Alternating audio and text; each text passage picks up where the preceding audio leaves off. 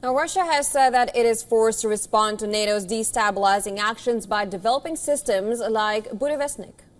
In fact, this statement, Jyotsna, comes days after it successfully tested the nuclear-powered cruise missile.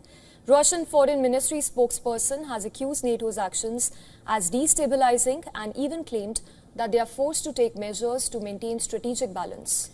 Now, tensions remain high on the battlefield. Kiev said that Russia carried out deadly strikes targeting Ukraine's energy facilities, killing at least 4 and injuring several, including children. Ukrainian President Volodymyr Zelensky has said that Russian forces had targeted civilians and energy facilities in 9 regions and the capital Kiev were the strikes, and described the attack as a calculated one. He further stated that an attack on Sloviansk thermal power plant has claimed life of 2 people. There were missiles, including ballistic ones and air-launched ballistic types. In total, 52 missiles and more than 600 strike drones were launched, around 400 of them Shaheds. Most of the drones were neutralized, and 2/3 of the missiles were also shot down. President Zelensky has also claimed that the recent U.S. and European sanctions against Russia have had a significant impact, potentially costing Russia at least $50 billion next year, which could force them to end the war. He also added that a reduction in Russian oil means a reduction in Russia's war, and there must be no exceptions to this for anyone. There are initial details on the impact of US and European sanctions against Russian oil companies, and it is quite tangible. Oil exports are the foundation of Russia's arrogance, and if sanctions are maintained and strengthened, Russia will suffer significant losses. The visuals from Ukraine's Ledizan and Sloviansk showed the devastating aftermath of Russian strikes that killed at least 4 people. According to local authorities, a 7-year-old girl was also among the casualties. Now, in a separate development, Polish army stated that they intercepted a Russian aircraft flying a reconnaissance mission in international airspace over the Baltic Sea on Tuesday. And this is reportedly second such incident this week.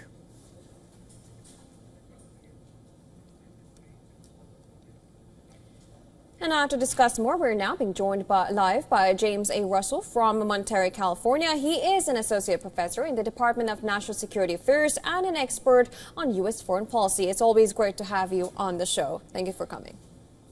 Thank you.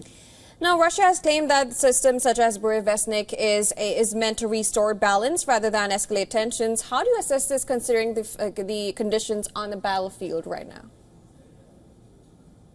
My assessment is that this nuclear cruise missile that's been developed by the Russians doesn't have much to do with what's going on the battlefield, sort of as has been reported in your ongoing analysis of what's going on. But I do think that it is evidence of a wider and deeper problem in which we see the sort of framework of nuclear arms control that has helped to control the spread of these weapons and the nuclear arms race between the United States, Russia, and by extension the Europeans as well, is slowly becoming unraveled. And these new weapons that Moscow keeps deploying further undermine this framework, and it calls, of course, into question the whole sort of degree to which the Western powers and the Russians can sort of reach agreement to limit these arsenals. And we just saw, again, as highlighted in your report, President Trump's announcement that the United States was going to resume nuclear testing.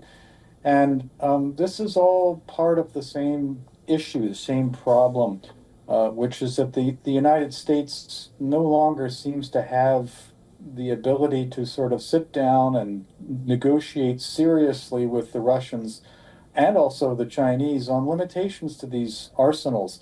And the announcement by the Russians that they've developed this new nuclear cruise missile is just further evidence of this. And Yes. the world is not a safer place when we are all fielding new nuclear weapons. Well, James, that's exactly the point I was coming to. Trump's announcement regarding the test of nuclear weapons. Yeah. If we were to compare the Tomahawk missiles with the Burevestnik, of course, the latter has capabilities of striking, even penetrating air defense systems to unlimited range. Talk to us about Burevestnik vis-a-vis the Tomahawk missiles if the US were to supply that to Ukraine. Well, I think that you have put your finger on, of course, a very important dimension of this exchange, of course, which is that Putin's announcement is meant to draw upon the political impact of announcing the development and fielding of these new weapons. And it's clearly intended to send a message to the United States and the Europeans that providing advanced long-range missiles like Tomahawk cruise missiles to the Ukrainians takes escalation in a completely new and bad direction, so to speak. So, and he's threatening consequences, and this gets us back to these sort of days of the 1960s when the North Atlantic Treaty Organization was first working on its defense doctrine called flexible response, and the idea, again, of trying to control escalation at various levels with, again, in the West's point of view, having quote-unquote escalation dominance to secure deterrence. And my observation about today is that this sort of idea of controlling escalation and maintaining deterrence is gradually dropping by the wayside. And I think it's very alarming to see us, the United States, and the Europeans providing the Ukrainians with, again, these deep, long-range strike weapons, leaving Moscow with the option of, again, responding in kind, which is what they're doing, of course. And again, this doesn't make the world a safer place to have us, by extension, the Europeans and the Ukrainians lobbing missiles at one another, hundreds of miles from the front lines. And I should hasten to add just one last point here, is that providing these long-range missiles, it's not going to alter the outcome on the battlefield, which is going the Russians' way. They're winning. But Moscow is clearly drawing a line in the sand and announcing or attempting to tie this new cruise missile to this problem of escalation and escalation control. And it's a very dangerous situation. There can be no question about it. Right, and that being said, of course, again, it looks like it's a collapse of the arms control framework, which Russia claims that is now restoring the balance rather than escalating tensions. Yeah. We still have news saying Polish army has stated that they intercepted Russian aircraft. There seems to be no pause there, though. And then you have China, who has also urged the United States to abide by the global nuclear testing ban. As far as I know, Russia did de-ratify, in fact, the treaty in 2023, and the United States and China had signed by not ratifying it, which is interesting. So how does that whole play out with all this nuclear race? Yeah, it's of course, again, you have put your finger on the real question here, which is to what degree is the United States going to try to reinsert itself into multilateral efforts to control these weapons? And President Trump's announcement today is another step down the road towards a re-energized world nuclear arms race. And this is this is a terrible development for humanity. And if you think back to the Cold War era, when the United States and the Soviet Union were engaged in a bitter and bloody struggle and rivalry around the world, it did not stop us from meeting in Geneva to hammer out limitations in what were then called the Strategic Arms Limitations Talks.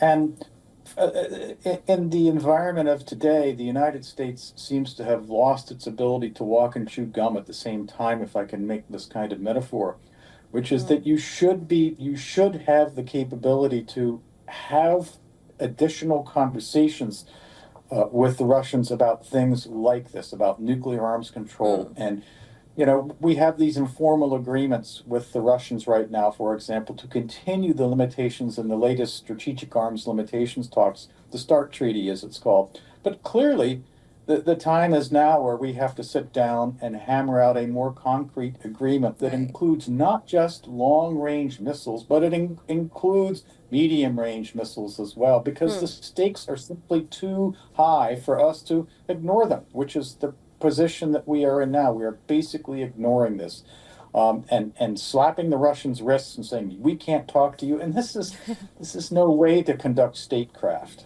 if I might say. Absolutely. Now, these statements keep on coming as the battlefield sees no change. Well, it was a pleasure having you. It's always a pleasure having you and discussing every topic here. Thank you so much for joining us, Professor Russell. Thank you so much. Thank you.